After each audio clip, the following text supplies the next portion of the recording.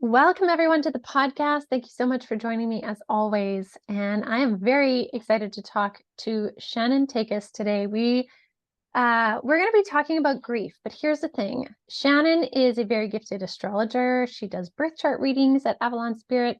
She also is a death doula, and so deals very much with grief and death.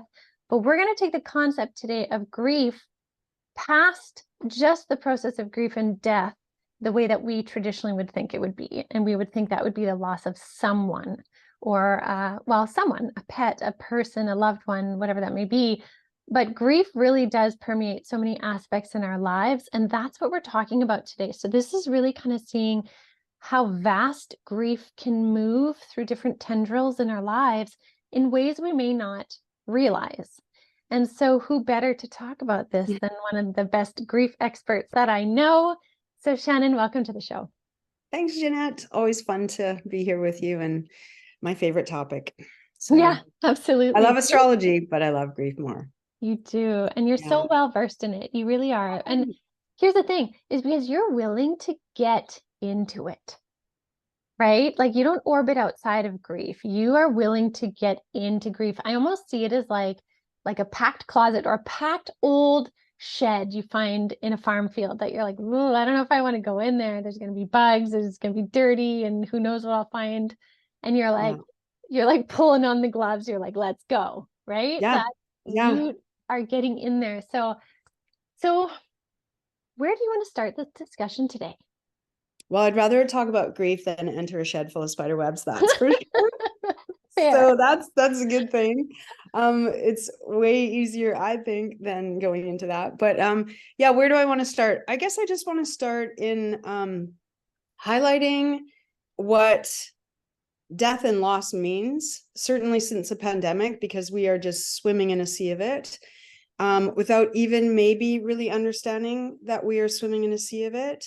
And then we'll just sort of talk a little bit about what loss brings, what grief is, and the types of grief, because there's quite a little bit of a lot of grief, different varieties of grief, and we'll just kind of just start there. Really not generic, a macro lens of it, and then we'll maybe go a little tighter near the end.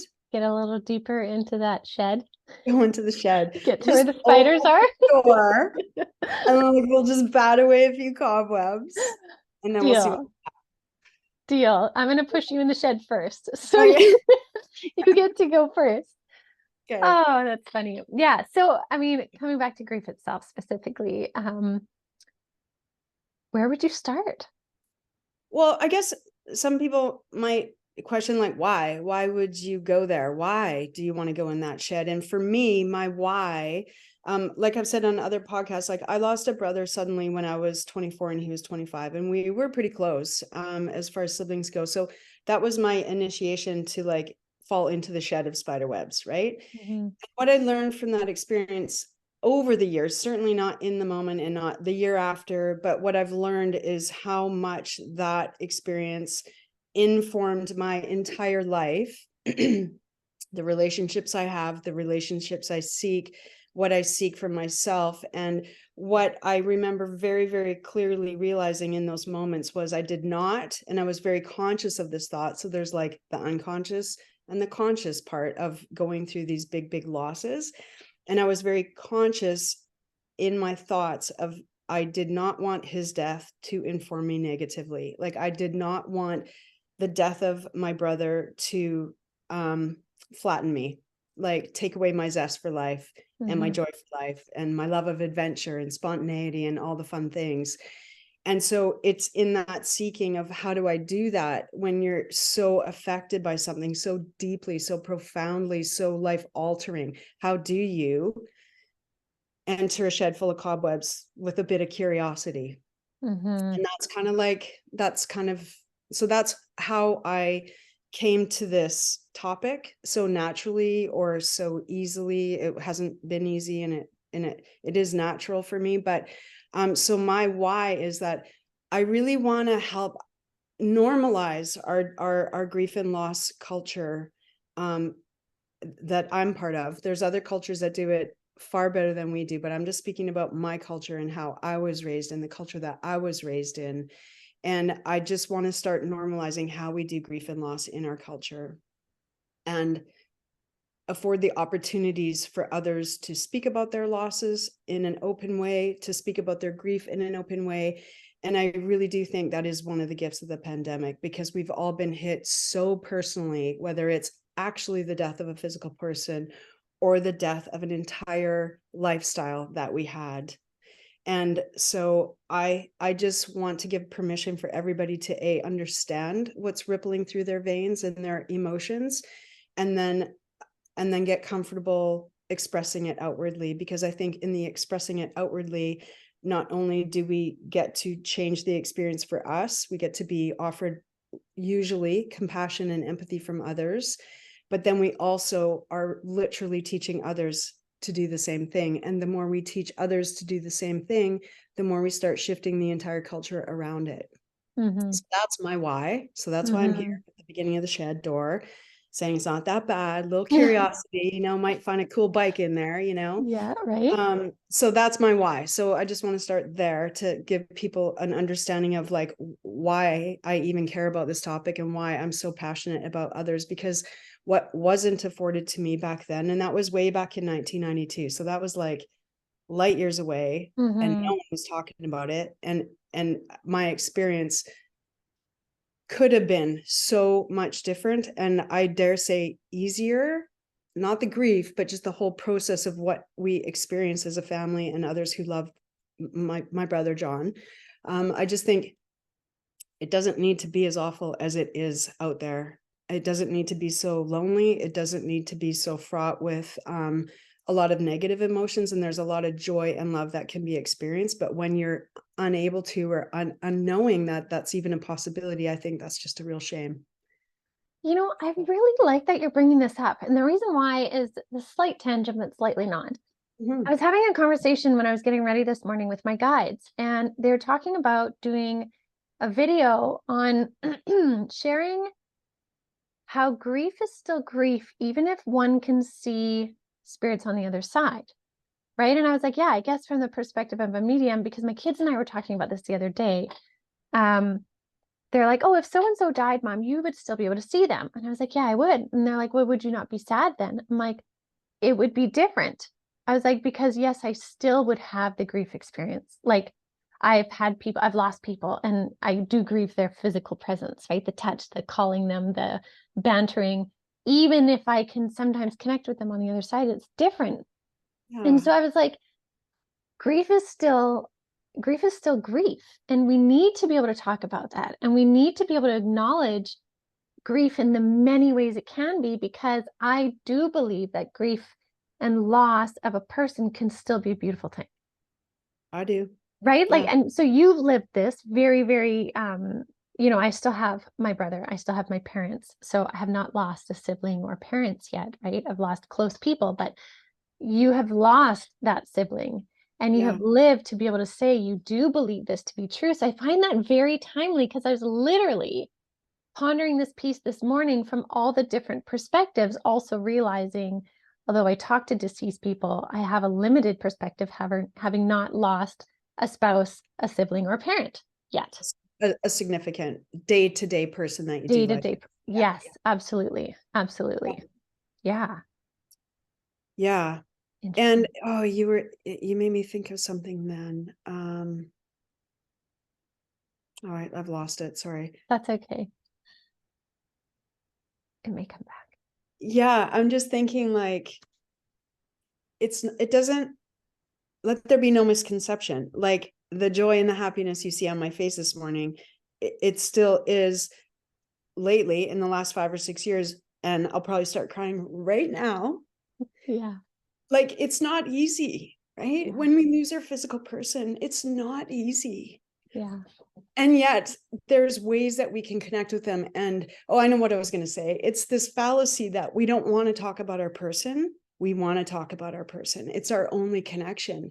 And so there's always this misconception of, it's so funny that I cry about him so easily in the last 6 years.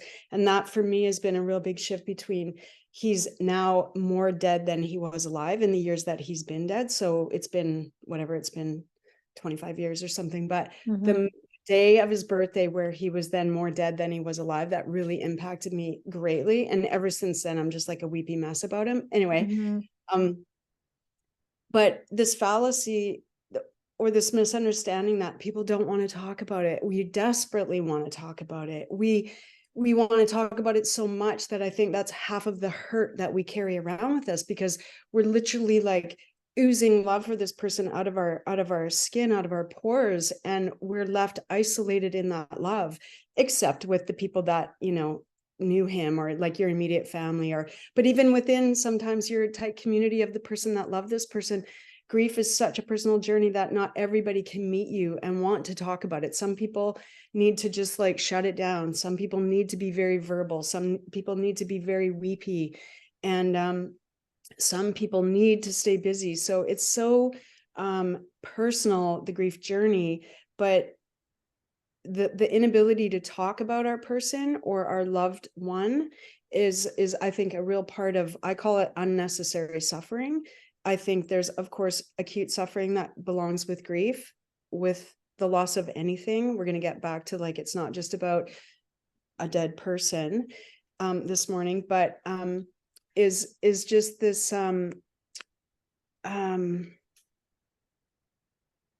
yeah, I just lost my train of thought again, but it's just this understanding that it's such a personalized journey, but you will be met when you find your people that are open to listening to you and all the words and the sharing, you know.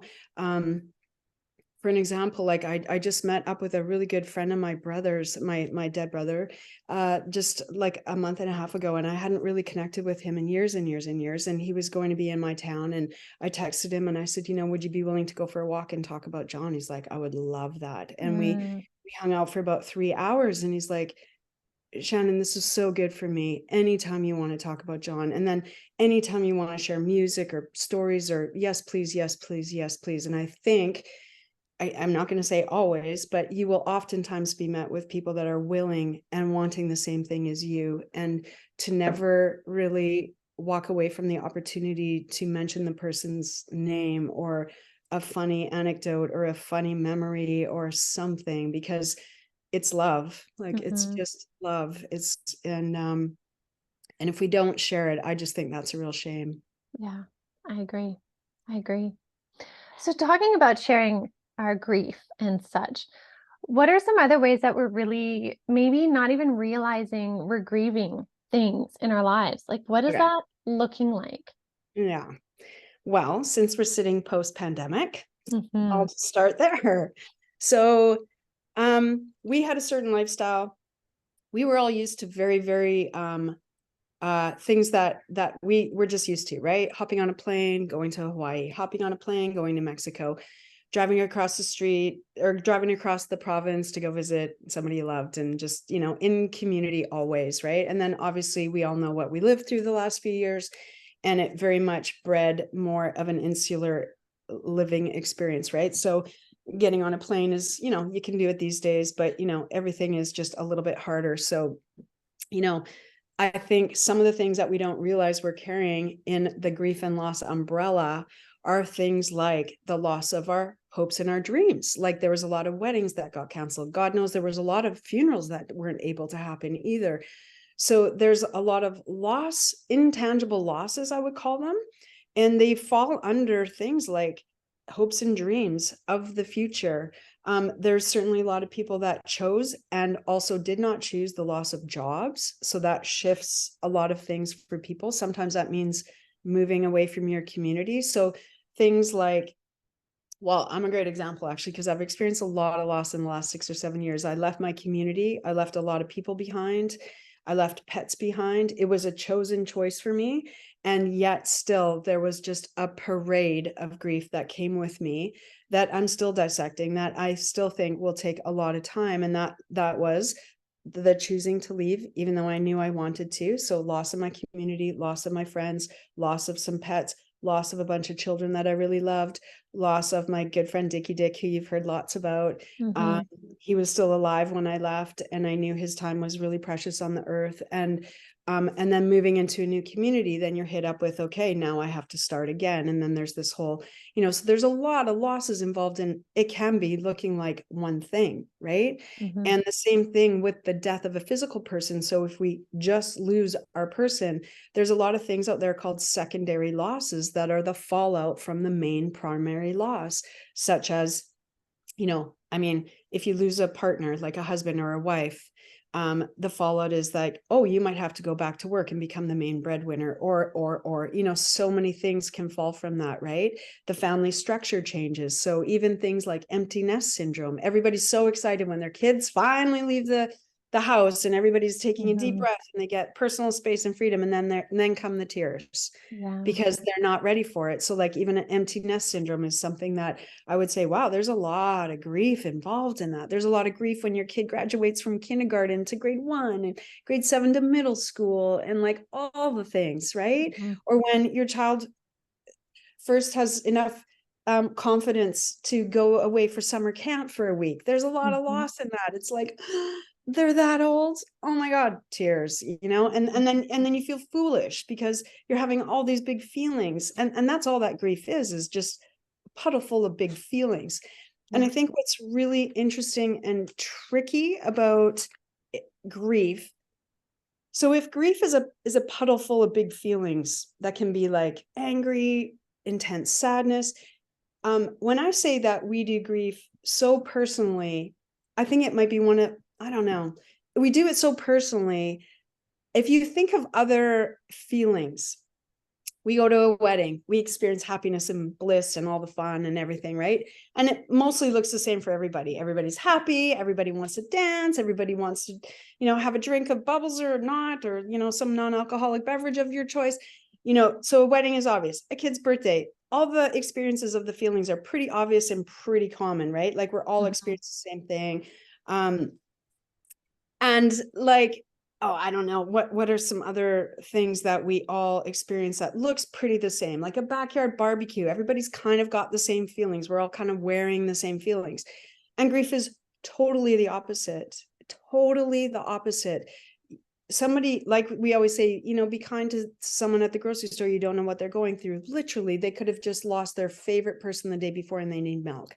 And so I think grief is one of those very, very interesting experiences that we go through that none of us go through the same. So you and your husband won't go through the same feelings and array of emotions when your dog dies or when your cat dies, that you'll go through it differently. And I think that's really jarring and unexpected for a lot of people, because we oftentimes hear blanket statements like, well, you should be over it by now, it's 2 years, or well, you should get back to work, stay busy. We also have these blanket statements that we think will help this person through their pain, and nothing anybody says will help. And the only thing that will help is being met where they're at with open ears and listening for how bad the pain is. And I think that's one of the challenging things about grief, is that it just looks so incredibly different on every single person that it's really hard for us to understand that and to handle our way through it when we watch our person suffering. And again, not just the death of something, but just even like what I've experienced, like with all the losses that I just talked about. And so I think we really need to understand that it's one of these very, very special life experiences that is not cookie cutter. And it's actually the opposite of cookie cutter. It's very, very personal. And what everybody needs is very, very personal. And so that would be definitely one of the main messages of today's podcast that I would like to impart with everybody, is that it's so personal. No two people will do it the same. I don't care if you're married or not married, living with a sibling and doing, parent death or something like that. It's just not the same. And everybody needs what they need. And everybody needs to be able to ask for what they need, be aware of what they need first. And I think this is what I hope this conversation will bring to people, is to get still, to get quiet and figure out what you do need. Because most of what I do when I'm supporting someone through grief is just asking those questions. What's on your plate today? And what do you need to have not on your plate? What do you need to put on your plate? And that goes on for months and months and months, and oftentimes years. I have to say what I find so interesting that I recognize now clearly is grief. But like we're talking about is the grief in these transition states in our lives. And one example I want to share that I at the time didn't know it was grief. So I Yeah. couldn't understand it. So for most of my life growing up, I always wanted to be a singer and I wanted to sing. I wanted to sing. So I started working on that and I got to do some tours. I got to travel around the world a little bit, singing on stage. And then I remember there came a point after the BC Country Music Awards, and I had won an award and I'd like reached these milestones I wanted. I thought they were much bigger milestones, right? Like a Grammy, but I won a BC Country Music Award. And I remember there was this completion in that. And I was kind of like, what is that? And I remember thinking backstage, I was like, I think I'm done here. And I was like, what? Like, this is how I identify, right? And sure, there was some mediumship things happening in the background, but that was not at the forefront of my being. And so I remember after I had officially finally quit music because I was like, I know I'm done. My heart is telling me I'm done. I don't know why, but I'm done. Right. And I remember there was a phase of not identifying as a singer anymore. And there was such grief attached to that. And I could not understand why, because I chose it. Like I chose to end it. I came to a place of being peaceful. The music side was done in my mind, although it's always there. But for about 2 years, I never sang once. In those 2 years, I wouldn't sing to myself in the shower. I wouldn't sing in the car, where I would sing all the time, all the time. And I did not, and I didn't recognize I was grieving the loss of my identity because I remember one time I was working as a kinesiologist already, and I was like, who am I? Mm-hmm. When people would be like, so what do you do? What are you about? I'm like, I can't say that I sing because I do not anymore because I thought that had to be over. All to say what I'm saying with this is in something that would seem so simple as like, I'm over singing, I'm done, and I'm moving on. There was way more grief in there and the identity that I felt I lost. Only into the last year and a bit have I come to remember that I will always be a singer. And that, like there's this whole grief in there that I didn't recognize at all was grief. And I wish I would have, because I think so much more could have come from it. And it maybe wouldn't have lasted as long if I could have these conversations about it. That's amazing. Mhm. Awareness, first of all. Yeah. Secondly, I want to ask you something.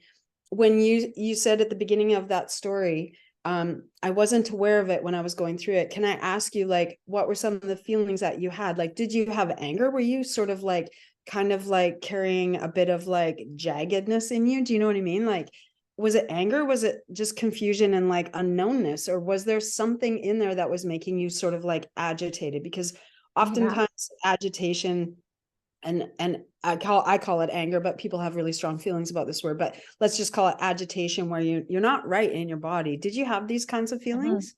I absolutely did, because if people would ask about singing, first of all, I felt like I couldn't talk about it, which no one ever told me I couldn't. This was all within me, right? Yeah.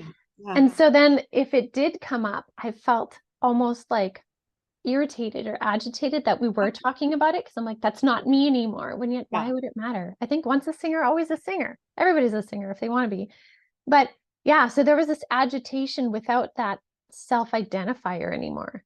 And it Yeah. really bothered me. And I wrestled with it in the background. Like, again, not even full awareness. I was wrestling with it. It was always in Mhm. the background for the longest time until I finally could come around and be like, I can sing whenever I want. And if I want to book a gig, I could make it happen, or I don't have to. And I can sing in the shower and Yeah. totally be willing. Like, so there was definitely, like you said, an agitation and an irritation there. Like, Yeah. yeah, it's still hard to pinpoint it exactly beyond that, but it was definitely there. Just this low hum in the background. Yeah. Yeah. And I noticed that same, and the reason I ask you that is because oftentimes anger is the porthole to our grief, right? We're not just angry naturally, we're Mhm. angry because of a thing. And lately, I would dare say, lately, as in the last couple of years, as we kind of come out of this like pandemic haze that we lived under and still live under, um, there's been a lot of loss. And I feel like there's a lot of agitation out in the world. Like when I'm Mm. driving, I see so much road rage. I've had so many people like flip the bird at me, and like really just really kind of behavior that I've not really experienced. And for the first time in my community, I was on a bike ride and I was getting road raged because I didn't come to a complete stop at a four-way stop. And this guy was really angry at me. And for the first time, I felt like physically unsafe to be out there on my bike. And I deked down a side road to get out of his awareness of where I was. And Mhm. I thought, wow, this is really interesting. Like, I've never experienced this in, okay, I live a really privileged life in British Columbia. It's pretty safe here, Mhm. but I've just noticed it a lot. So I just want to bring real good awareness in this podcast too, to this the awareness that anger is trying to get to you. And I experienced the same sort of agitation you're talking about last spring when I was really feeling so like I desire a lot of freedom, independence, and spontaneity in living my best life. That is when I thrive, is when I can say yes to that thing and say yes to that thing. But I own a home now, another privileged stance. I get it. I own a home that has a lot of work in the yard, and I have a dog. And two of these things are very much a tie down for me in ways that I never understood the tie down of the thing until I've been living it for the last 4.5 years. And so last spring, I was feeling agitation inside of me, and I was being agitated towards my pets. I have a dog and a cat, and I'm not this person. I'm not easily agitated. Especially Mhm. not to my pets or to my people.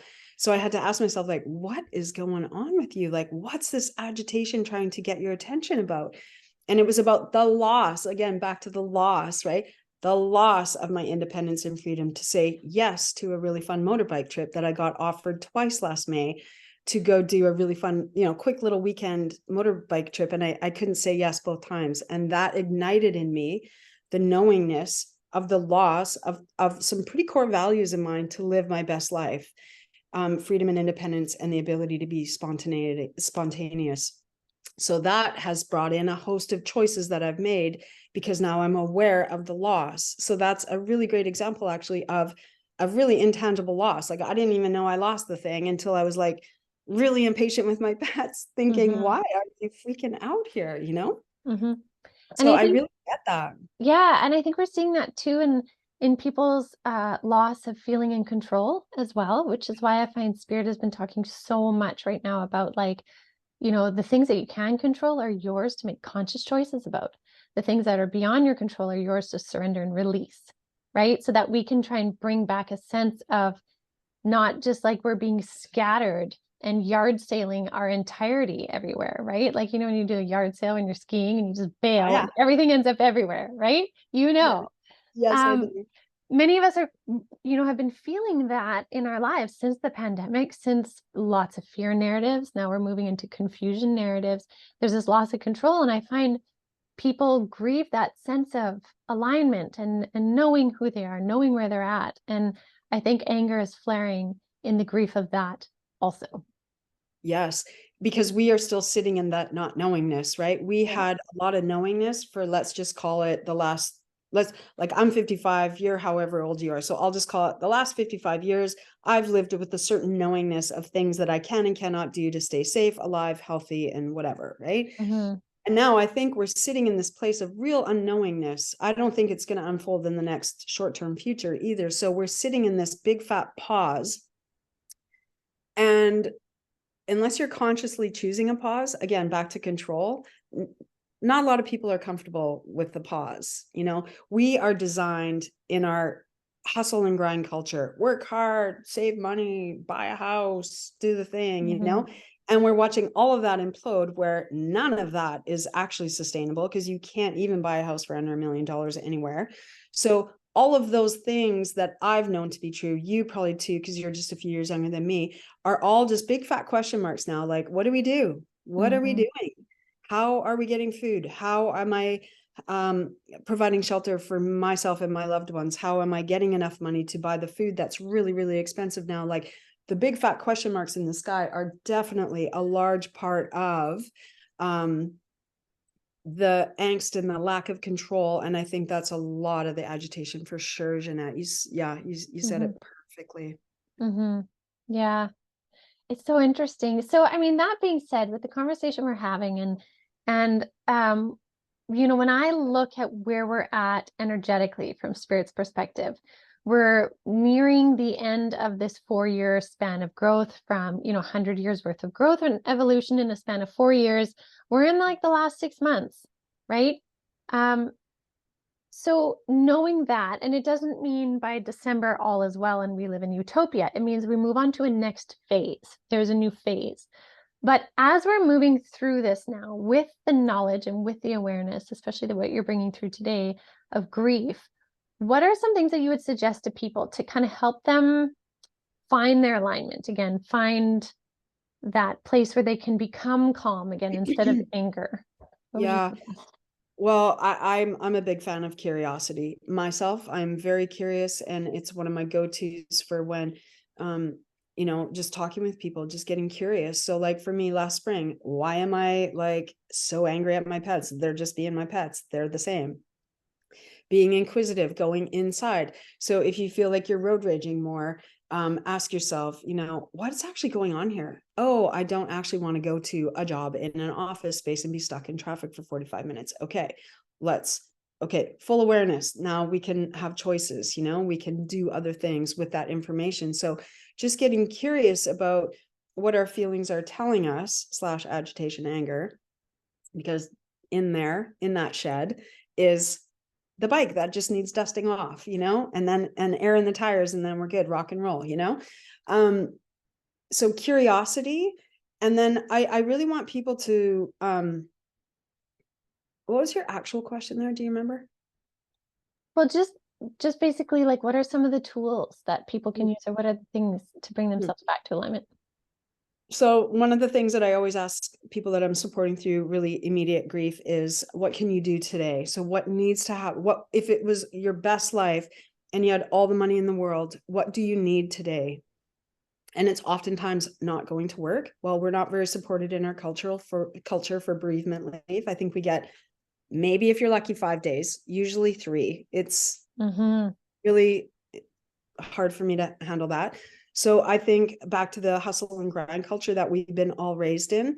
I think usually one of the things that I hear people say often is more rest, not going to work, because how can you actually focus? Because brain fog is a real physical attribute of grief, right? And spending time quiet, like, again, getting back to yourself, and by being quiet, you can figure out, what is this information trying to gift me with, right? Like, so for me, the gift was, right, I'm not getting enough spontaneity. I'm not getting enough freedom from my yard without a dog attached to me. And independence goes along with that, right? So I made some shifts, and some things are changing because of that, for the betterment of me and for my pets, because they go hand in hand, right? So usually working less if you can afford it. I know that's such a challenge in our culture, and this is one of my biggest passions in getting the message out of grief and loss, and how tricky it is, and how much what we're asking of people is really ridiculous. So working less, sleeping more, taking naps. We're not sleeping well when we're deep in grief. I don't care if it's just the loss of a person or the loss of a hope and a dream. We're not sleeping well. We're likely not eating well.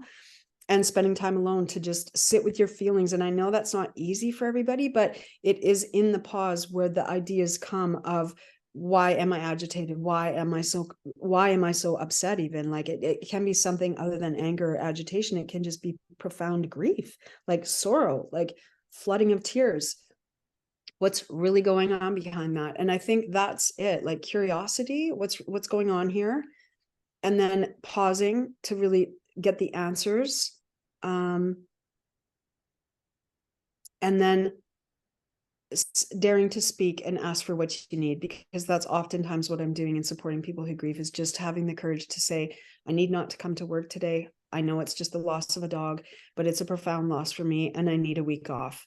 And there's a lot of shame involved in that request, because it's just a dog, or it's just a grandma, and they lived a 98-year-old life, and we should be happy for that grandma, No, a loss is a loss is a loss is a loss. And we need to start allowing others to be brave enough to ask for what they need, without feeling like they're wrapped in shame around the request, because it was just a grandma who was 98, or just a dog who I only had for 5 years or 12 years or whatever, So that is also my hope, and my why is just to get our culture more normalized to like a loss is a loss is a loss is a loss. Some people sail through it. Some people, it takes years and years. Hi, I'm one of those slow processors, and we are who we are, and we get to be who we get to be. And it is in the teaching others how to ask for what you need. Like when I step out of the house, if I'm grieving, I always let people know if I'm going to an appointment, I might cry. Don't worry. It's just grief. Going to the grocery store, like I said on your other podcast, bag up the groceries quickly. I got to get out of here. You're usually hit with very empathetic ears and offerings. And it's to dare to try to express what's going on for you personally, so that you can be cradled when you go out in community, and you can brave asking for the hard thing, which is like, I won't be in this week. Absolutely. And you just don't know. I mean, there's a lot of private employers out there that are like, okay, we got your back. Don't worry about it. Full paycheck coming to you. But what if you didn't even ask? You don't even know. You don't even know what you could be hit with magically.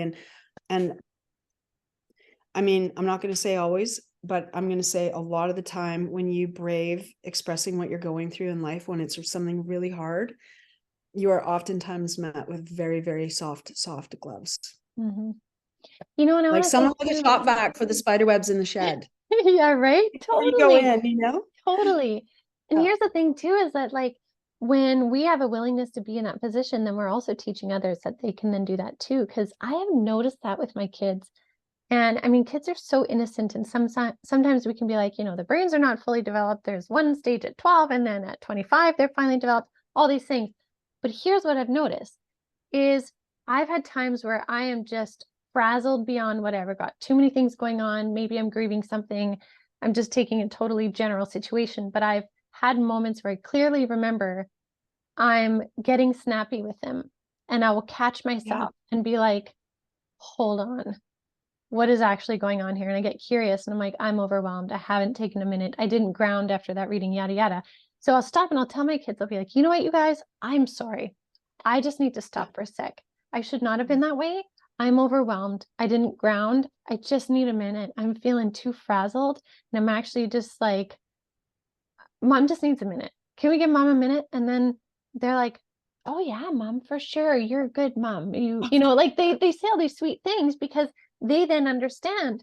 And what I've noticed now is when they're acting a little funny, I can be like, what's going on with you? And they'll pause for a minute and they'll think, and they'll be like, you know what? I think I'm a little bit hungry.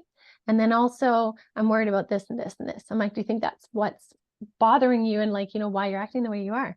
I think so. And I realized the link, right? So I'm talking parent and child, but I can guarantee you when you've said like that time where like, can you bag up the groceries faster? I'm just having a moment here. I'm grieving. I lost whatever.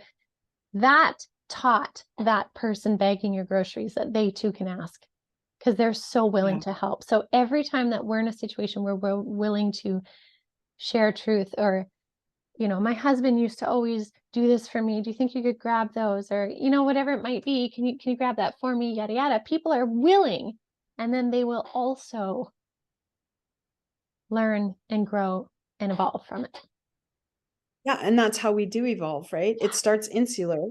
Yeah. It starts, sorry, I have a bad cough. It starts on an individual level. And then by daring to ask, we are met with compassion and empathy, usually, very, very often, I'll say. At least that's been my experience. And even if it's just a look in someone's eye that's bagging your groceries, they're like, I get it. Get out of here. Here's your stuff. Go. And then by allowing others to witness you doing that, they too get to do it and try and experience, I bet you, a good experience, often, not always, but often. And then they're going to go and teach it and teach it. And that's how we become a healthier community, by doing the work personally.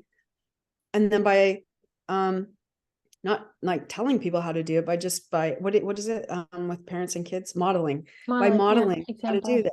Just like, I'm coming to an acupuncture appointment. There's a good chance I'm going to be a mess on the table.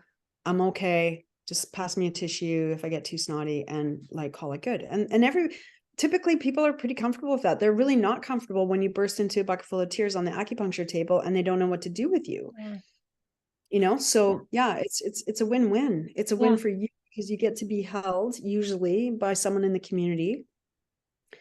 And then we build a better society. And oftentimes, Yeah. And then oftentimes there's like a release that you have too, and a relief when you actually get to express it. Like you said, your friend, how they were so grateful to be able to talk about your brother, right? There's like a relief by doing so. And sometimes when we're in those moments and we actually share that, like, I'm sorry, I'm probably going to cry on the table here, there's a relief of pressure of having to try and hold it in too, which allows us to just take a moment. And then we might not actually burst into tears, Yeah, right? So, yeah. exactly. Exactly. Yeah, there's nothing wrong with that because getting it out is also good, especially someone like me who has a Cap moon. And of course I had to drop astrology into this Of course. Capricorn moon. Yeah. Not the most crybabyest of signs with the moon sign. So yeah, there is something really, really healing and cathartic about crying. So I try Yeah. and do it everywhere I can because Yeah. it's hard for me. So Yeah. yeah. Amazing. Yeah. So, okay, Um all that being said, any other kind of last points you want to share or what you want to leave people with? um yeah. Why go into the shed, right? Back to the beginning. Why go into the shed? Because when we don't, let's say we're not really interested in making community better, and we're not really interested in doing the personal work because it feels too hard. And I really hate like spiderweb sheds and all the things. Mm-hmm. What's the why behind? Well, why should I? Because it's going to get you anyway. Like we talked about in the Yeah. last podcast, it's like whack-a-mole. So you deny it, you can deny it. That's fine. But it's going to hit you. It's going to hit you in the, I think we talked about the grocery store aisle, the Cheeto aisle. It's going to hit you. You're going to grab a bag of Cheetos and burst into a bucket full of tears 6 years after a profound loss Mm-hmm. and wonder what's the matter with you. So it's going to get you, but worse than that, it can really affect our mental health. Like this is not rocket science. Our mental health, anxiety, depression, addictions of all varieties, these are our coping skills if we don't dare to go into the shed with a friend holding a shop vac behind us, right? So that's kind of the big why behind it, is just to protect people from, like I said, unnecessary suffering. It is hard, but it doesn't need to be harder than it already is. And I Mm-hmm. feel like that's my big calling. That's my big passion behind like wanting to talk about grief all the time, because it's hard enough. Let's not make it harder. It's Mm-hmm. hard enough. And it lasts a lifetime. Like it's not like it goes anywhere. So Mm-hmm. it's hard enough. Do we want to make it hard all the way through life, or do we just want to like have some joy and fun and adventure along the ride and then like cry unexpectedly doing a podcast about my dead brother? Yeah, that feels Yeah. way fun and way easier and less burdensome. Mm-hmm. And my mental health is pretty good. I try to take care of myself and not lean towards numbing agents, although that's really easy to do, like an Mm-hmm. extra apple cider here in the summer on a hot summer day, blah, blah, blah. Mm-hmm. But it's for your mental health. It's for your overall well-being. And so you get to go live a happy, joy-filled life Mm-hmm. with the knapsack of grief on your shoulder. But it doesn't get to be the driver of your bus. You do. Yeah. But it gets to come out when you stop for a picnic on the side of the road, Yeah. So to Absolutely. me, that's it's to protect yourself. It's like, let's just do it together. Let's do it as best we can. Let's have brave, open hearts for conversations that are really hard to just sit and listen without offering advice. Like, have you thought of this? Take up pickleball. Someone told me someone offered, it's like, or you could just sit and listen to them cry, Yeah. tell you how hard Yeah. life is, because it is in those acute moments of early stages of grief. Life is overwhelmingly hard. Mm-hmm. And more than not, we just need open ears and an open heart and keeping judgment at bay Right. to be through it, or all those things that are so easy for us to do as humans. Mm-hmm. Yeah. Does Beautiful. that make sense? Totally does. I love this conversation. I think it's very freeing, and it just gives permission to all of those that are listening. If they've been holding back that permission within self, it's like permission granted, right? If you're resonating with this, permission is granted, kind of thing. 100%. Yeah. And you just get to open your mouth and say, Yeah. I'm really having a bad day. I'm not going to make it to work, or I'm not going to be a very good spouse today, or this morning I'm going to go for a walk and here's why. See you in an hour. Hopefully I'm better. Yeah. Like, that's the other thing, just another little thing. It's not like you have a whole bad day when you're having a bad moment in the morning. You're having a bad moment in the morning. do the thing that your body tells you should go do. Go for a run, go for a bike ride, go stretch, go do yoga, meditate, whatever your thing is, go do that thing. Minutes later, oftentimes there is relief from the acuteness of the really hard moment. And it's not to say you're not going to be met with another hard moment in the day, but I think people think it takes longer to get out of those like really, my girlfriend and I have this new lingo for the shit pit. We call it the shit pit when it's just overwhelmingly, crushingly hard moment in a day. And the shit pit doesn't last the whole day. I'd be surprised if it lasted the whole morning. And sometimes it does, don't get me wrong, but I think there's a misunderstanding there too, that it takes a long time to get out of these like really hard feelings. And oftentimes it just takes an ear of a good friend for 10 minutes to let you bawl it out and cry it out. And there is relief in that. So it doesn't take as long either as I think most people think it does. Yeah. So that might be a nice place to end the conversation. Beautiful. Just lean in and ask for what you need, brave it, have the courage, and trust that it won't take as long to get grounded as you think it might into a better moment of the day. And then just try to piece together better moments, better moments, better moments, better moments as you go along. Amazing. All right. Well, thank you so much, Shannon, for joining us. Thank you so much. Yeah, sharing your insights. I will post in the description box below where people can reach you. Of course, they can reach you at Avalon Spirit, but they can also reach you on your own website, which is, what is your own website again? ShannonTakacs.com, but the last name's funny, so just put it in the notes because no one spells it right, not even so it's so true.